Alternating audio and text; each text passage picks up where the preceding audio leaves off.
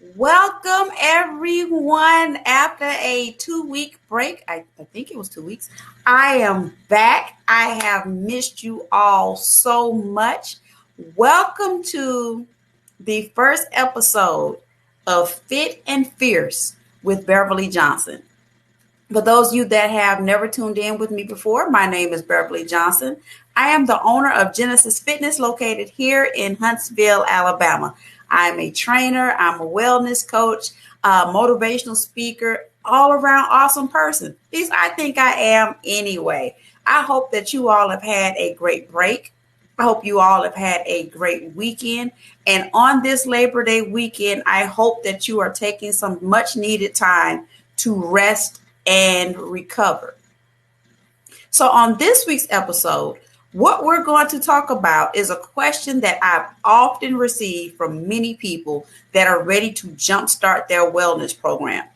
And that question is there a perfect diet where I will achieve the fastest results possible in the least amount of time, where I can still eat my favorite foods, I can still binge eat the things I want to, I can still eat the fried chicken, the sweet potatoes, the corn, all that stuff without compromising my goals, but yet still have a well-balanced meal that I consider that I will enjoy?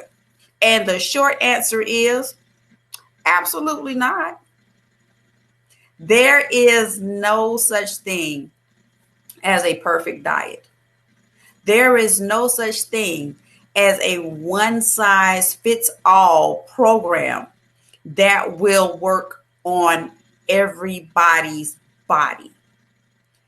What ends up happening normally is that you'll see these infomercials and you'll see these commercials that promise great results in a short period of time. And one thing that's often problematic that you need to be aware of when you're seeing ads like this is be careful of anything that says that starvation has to be in the mix. Be careful of anything that says that it requires you to restrict certain food groups. When I say restrict certain food groups, I mean restrict in don't eat strawberries, don't eat vegetables, don't eat this, don't eat that. Because overall, you have to remember, starvation is not a meal option. Starvation is not a diet plan. Hey girl, hey, how you doing? Starvation is not a plan. Because what ends up happening is that when you go into starvation mode, your body, you set off a string of events in your body that does the opposite of what you're looking for. For women, the minimum amount of calories you're supposed to have every day is 1,200 calories. If you go beneath that, you should be under a doctor's care because, well, hi, Drake, how are you? Drizzy. If you are not under a doctor's care, I do not recommend that you go under 1,200 calories a day. Years ago, I had a client and she decided against all recommendations to jumpstart her wellness plan. And she restricted her calories every day. She went down to, I think at most, she was taking in between 500 and 800 calories a day. Did she lose weight? Absolutely. But in the process, she wasn't well hydrated. She was not eating balanced meals. You saw the impact of such drastic weight loss in her skin. You saw it in her appearance. She lost all muscle definition. But so did she achieve her goal of losing a lot of weight in a short period of time? Yes. Was it beneficial to where she wanted to do? No. What ended up happening? She gained it all back plus friends. So that 20 pounds she dropped immediately within a month, she gained 30 back. Because as soon as she started to reintroduce certain foods back into her diet, she started gaining weight. So your goal is, when you're starting this journey, is to find out what works best for you, what works best for your needs, and more than anything, what type of meal plan health can fit into your lifestyle. Because if you know you're not one that's going to get up every Sunday or Monday and meal prep and do all that stuff, you have to factor that in. If you know you're not one that may not be budget friendly for you to do certain diets, you have to look into that also.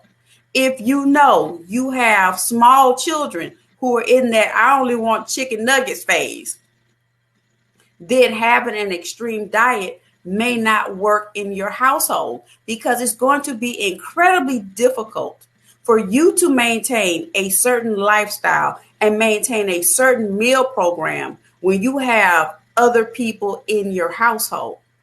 So what I am going to present to you today are different types of diet plans or meal plans that have been proven to be successful. And what ends up happening is that when you have more information, you can decide what will work best for you, your schedule, and your budget. Because if you're thinking about going on keto, if you have other people in your household, they may not want to go keto with you. If you're considering going on a full plant-based diet, you may have other people in your household that don't want to go plant-based with you. So these are different conversations and things you have to consider when you're trying to embark on a new health lifestyle, where if you have to cook one meal for yourself and another meal for your family, what will that look like budget-wise? Can your budget sustain you making two meals all day, every day? Your breakfast, the family breakfast, your lunch, the family lunch. After a while, there's a cost that comes with it. So you have to look at, are the options that I'm considering budget friendly? Do I have the time for it? Do I have the desire to do it? And will I be able to maintain this for the long haul? So the first meal option that probably I've seen the most success, which has always been one that I've seen many people use, and I often encourage my clients to use it, is intermittent fasting. And what intermittent fasting is, it doesn't tell you what to eat. It gives you the suggestions on when to eat. The most popular method of intermittent fasting is called the 16-8 method, which means for an 8-hour window, you can decide what 8 hours you're going to eat. And then for the other 16, you don't. So the flexibility of the intermittent fasting option is that you pick the hours that you want. So your hours may be 9 to 5, 10 to 6, however you need that time to be for you and your schedule. So then you can decide what works. The beauty of intermittent fasting is that you can adjust when you need to. So if it's the weekend and you're on travel and you need to change it, you can change it. If you have a new day, a new job, and you need to push the hours back to conform with your schedule, you can do that. Because again, intermittent fasting doesn't tell you what to eat. It gives you the parameters of when to eat. Now, the dangerous thing that I've seen many people do with intermittent fasting is that they don't change their lifestyle. They just figure I have 8 hours and I can still eat what I want. And that's not necessarily the case. If you're going to put yourself on an intermittent fasting program, it is suggested that you sit down and still plan out your meals. You still decide what you should have, what you shouldn't have. You cannot have you cannot maintain the same mindset of, well, I'm just going to have my 8 hours. I'm still going to eat whatever I want to. And come 6 o'clock, I'm not going to eat. It was not designed for you to still have the habits you brought into it. So if you're going to go into the intermittent fasting arena, I suggest you sit down and figure out what your meals are going to look like. How are you going to navigate throughout the day? Are you still going to have breakfast? Are you going to have your snacks? What's your meals going to look like? Because you still have to maintain your daily caloric goal. For women, it is suggested that if you have a sedentary life, which means we sit all day because that's what we do now, your calorie intake should not exceed 2,000 calories. If you are a guy, if you are a man, your caloric intake should not exceed, I want to say it's 2,400. I know it's no more than 25. So you start thinking that goes a long way. But in reality, for a woman, 2,000 calories, if you're not careful, you will eat that by lunch. Because if you go to a fast food restaurant and you get a biscuit with the hash browns and a drink, that's 800 calories off the rip. You hadn't even made it to your desk and you have 800 calories. And then if you decide to go to lunch to another fast food establishment and you get the burger and fry combination, even if you get the kiddie one, that's 700 calories off the rip. So now here it is, it's not even 1 o'clock and you've gone through 1,500 calories and you haven't had a snack or dinner yet. So when we're looking at what's your best diet, it comes down to being intentional about your meal choices, about your plans, and about your focus. So regardless of the diet that you choose, it's incumbent upon you to remain intentional about what you're going to pick. Another meal plan that you can consider are the plant-based diets, which means still we look at, we say vegetarian, we say vegan, but the overall category is a plant-based diet. And that means a majority of your nutrients comes from fruits and vegetables and limiting the meat. When we get into this category, you'll see some people say they're pescatarian, which means they're plant-based and they eat fish. Then you get into the realm of vegetarian and veganism. Veganism, that is a one of the stricter lifestyles of a plant-based diet, which means you consume nothing that was created by an animal, which means no cheese, no milk, nothing. I'm not sure about milk. I have to research that. But it means that you only consume all things plant-based. So before you try to go into an extreme version of being a vegan or a vegetarian, I would suggest that you take yourself on a trial run to see how it works, to see how it feels, to see if you can maintain it. Because when you're talking about plant-based diet, there's often this connotation when we look at the movies where you see the person only eating cauliflower, they're only eating lettuce. There's always this connotation of starvation. And I can tell you first and foremost that a plant-based diet, you will not starve, you will not go without, and you will not be hungry. But to maintain a plant-based diet, I encourage you to do the research to find out what foods you're going to eat, how you're going to enjoy it, and what you can prepare. Because there are, contrary to how it was years ago, there are an abundance of recipes that you can choose from to maintain a plant-based diet. But it also comes down to what we mentioned earlier: cost, time, and effort. Because with the plant-based diet, you're having to prepare more, you're having to spend more, whereas you may have to start going to the grocery store twice a week to rebuild your stock. So when you're looking at plant-based, it is totally doable. You will not starve. I have been primarily plant-based going on 5 years now, and I have not missed a beat. One thing that I had to do for being a plant-based person is become more creative with my recipes, because you will become bored with eating the same things.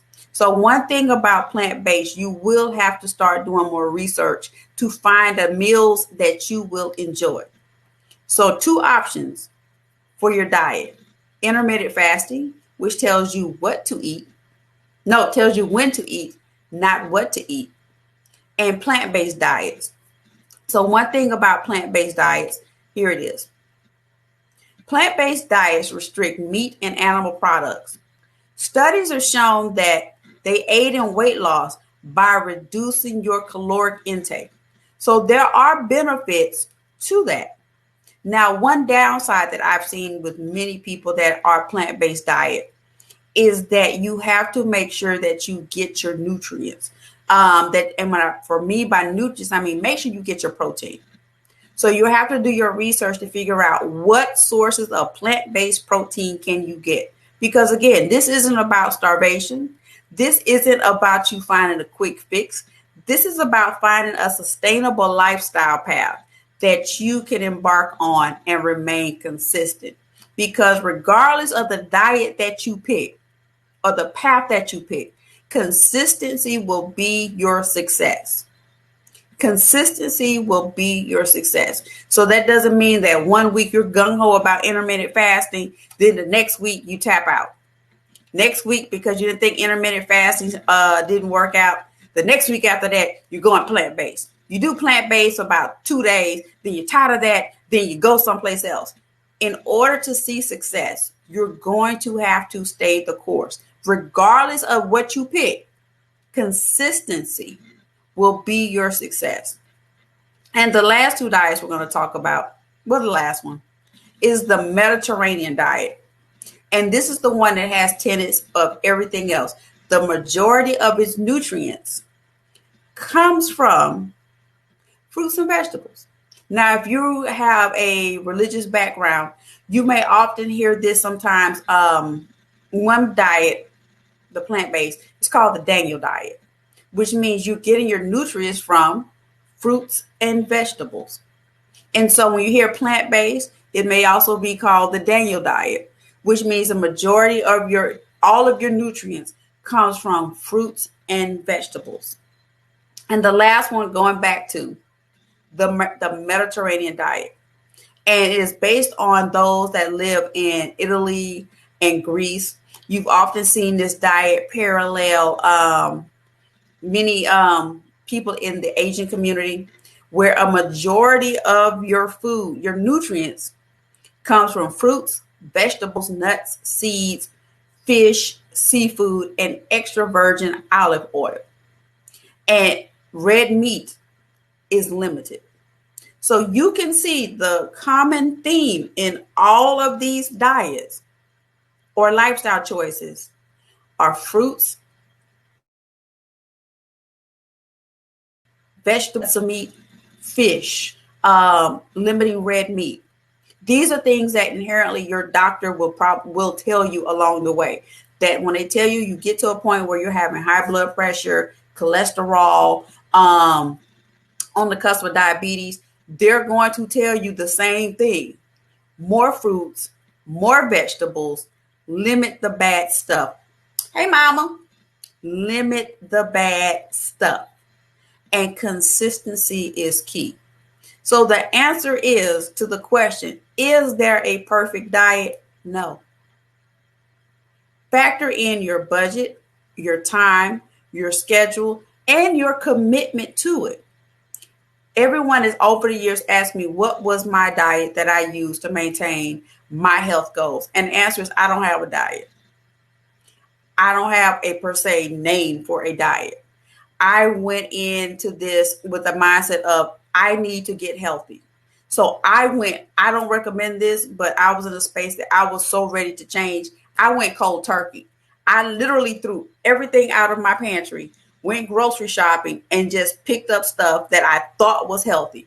And I don't recommend that because I was stuck in here with stuff that I couldn't pronounce, didn't know how to cook, didn't know what I was doing, but I was determined. So it was trial and error to find out the foods that I liked. It was trial and error to find out the foods I didn't like. But you have to be willing to go through the process of trial and error to find out what you like. You may discover you like quinoa. You may discover you like beets and asparagus and artichokes. But it's going to happen at a pace where once your palate starts to change, then you'll see improvements. Because the first time you eat spinach, you're going to make this ugly little scrunched up face and wonder where the hot sauce is, because you have to change your palate. So when pursuing your diet, give yourself the grace and permission to find out what works for you, what you like and what you don't like. So before you go to Whole Foods, Trader Joe's, Sprouts, and you come back with all this food, figure out systematically what you like, what you don't like, and under no circumstances will you ever have in your house again. That's the way you're going to change your diet. So before you go to Publix and buy all the frozen steamables with foods you never had, start with one box, see if you like it, and go from there, because this is not a sprint. Your journey to wellness is a race, and you have to pace yourself. So don't get frustrated if you discover that everyone's talking about the newest superfood and you can't stand it. I have been there. There are certain foods that I can't eat. And there are other ones that I love. But that comes with trial and error. So when you're looking for the perfect diet, it's going to be the one that there's no starvation, that you can maintain, that is budget friendly, that you can commit yourself to, and one that offers you the opportunity to discover new tasty foods. Why today for my snack, I had buffalo cauliflower florets. I wanted hot wings, but that I was like, no, I'm going to stick to my goal. And I went to the store and bought a cauliflower head and had buffalo cauliflower. Those were my wings for today. And for my first time preparing it, I thoroughly enjoyed it. But you have to give yourself permission to try. So before I go, thank you all so much for joining me today. I missed you all. Welcome to the first episode of Fit and Fierce with Beverly Johnson. And before I go, I have to say congratulations to the alma mater, the illustrious Alabama Agricultural and Mechanical University, for their first win against South Carolina State. That's all I got to say. We won. So have a great evening, y'all. I will see you next week. Have a great, no, it's not Memorial Day. Have a great Labor Day and enjoy your time off. Take a break, watch a movie. I'm getting ready to go in here, prepare dinner, and watch Cruella on Disney Plus. I'll put my pajamas on and watch a movie, and I will see y'all next week.